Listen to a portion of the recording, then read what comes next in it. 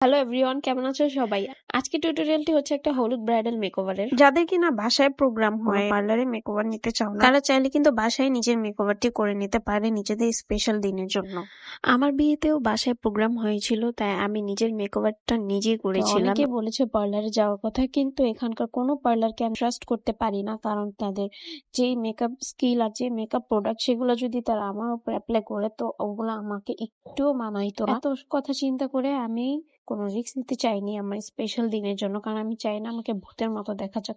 আমি সিম্পল সাজি, গর্জিয়াস সাজি, আমার মতো করে যদি সাজি তাহলে সেটাই আমার জন্য মানানসই হবে। প্রত্যেকটা মেয়ের জীবনেই তার বিয়ে নিয়ে অনেক জল্পনা, অনেক কল্পনা, অনেক ডিজায়ার থাকে, অনেক প্ল্যানিং থাকে।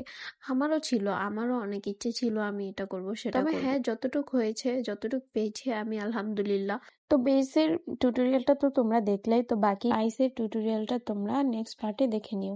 আমি খুব সিম্পলি ভাবে আই লুকটা করেছিলাম, বেশি কিছু করিনি। জাস্ট আমি আই লুকটাকে একটু লাইট আর একটু গ্লিটারি রাখার ট্রাই করেছি, কারণ সচরাচর দেখা যায় হলুদের প্রোগ্রামগুলো রাতেই হয়, আর রাতে একটু গ্লেজি টাইপের আই লুকই বেশি মানানসই হয়। একটা দুঃখের বিষয় হচ্ছে কিভাবে যেন আইলাইনারের ক্লিপটা রেকর্ডই হয়নি। যাই হোক, এখানে আমি ল্যাশ পরে নিয়েছি আর আরেকটা আই লুকও কমপ্লিট করে নিয়েছি। তারপর আমি বেশি করে ব্লাশ দিয়েছি যাতে একদম ব্লাশটা পয়েন্টেড হয়ে থাকে। আর এটা কিন্তু আমার এখন রিসেন্টলি একটা ফেভারিট ব্লাশ। এটা শেডটা জাস্ট ওয়াও, আর এটা এত পিগমেন্টেড, মানে বলার মতো না, একদম স্কিনের সাথে মাখনের মতো লেগে যায়।